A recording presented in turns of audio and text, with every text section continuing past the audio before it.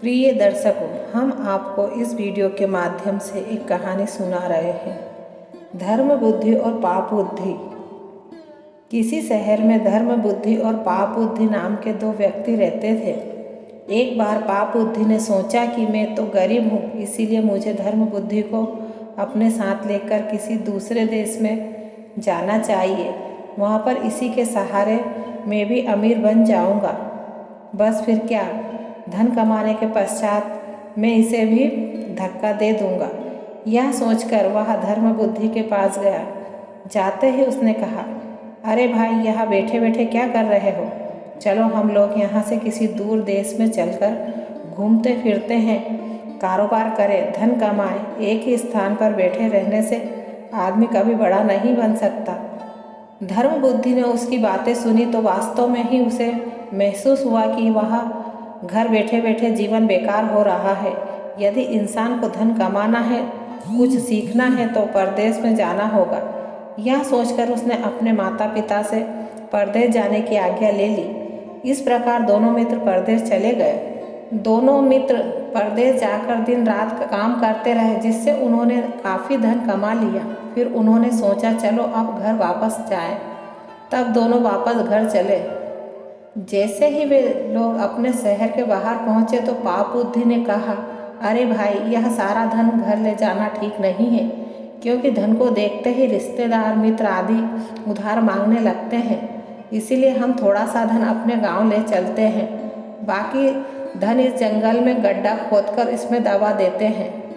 जब हमें ज़रूरत पड़ेगी आकर निकाल लेंगे। बड़ों ने कहा है कि बुद्धिमान को चाहिए कि थोड़ा सा धन भी किसी को दूसरे को ना दिखाए, इससे उनके मन में पाप आ जाता है।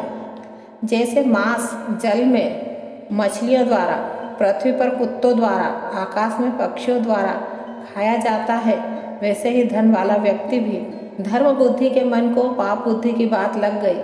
उसने कहा, हाँ, बात तो ठीक है, चलो इस धन को यहीं पर दबा देते हैं।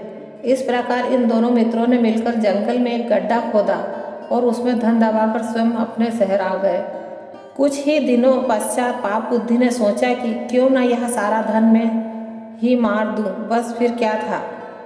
पाप बुद्धि ने इस काम में देरी नहीं की। उसने एक रात जंगल में जाकर उस गड्ढे में सारा धन निकालकर उसे वैसे का वैसा ही बंद कर दिया।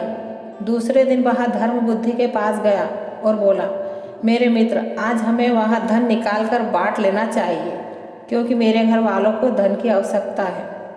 भला मुझे क्या ऐतराज है भाई, चलो चलकर यह शुभ काम कर लेते हैं। धर्म बुद्धि हंसकर बोला। दूसरे दिन वह उस जंगल में गए, गड्ढे को खोदा। वहाँ क्या था, केवल खाली। किंतु पाप बुद्धि तो बड़ा ही होशियार था। उसने झट से कहा, देखो भाई धर्म बुद्धि, यह धन तुम ही निकाल ले गए।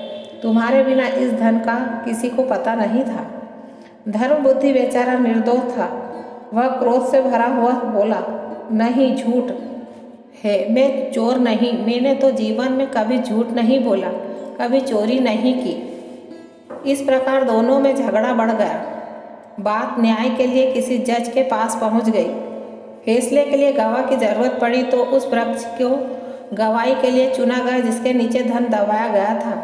जज ने यही निर्णय दिया कि सुबह होते ही हम सब उस वृक्ष के पास चलेंगे, वहीं यह बताएंगे कि दोनों में चोर कौन है।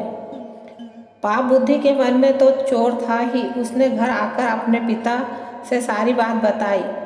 दोनों बाप बेटों ने मिलकर फैसला किया कि पिता उस वृक्ष के पास एक गड्ढे में छुपकर बैठ जाएगा।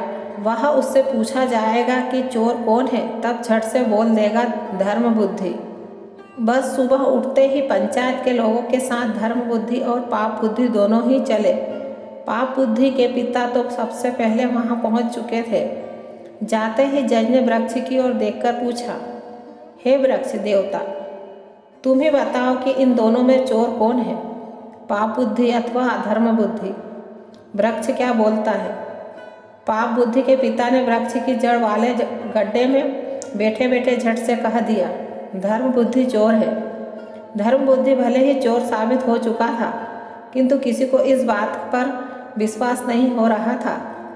स्वयं धर्म बुद्धि हैरान था कि आखिर यह कहानी क्या है।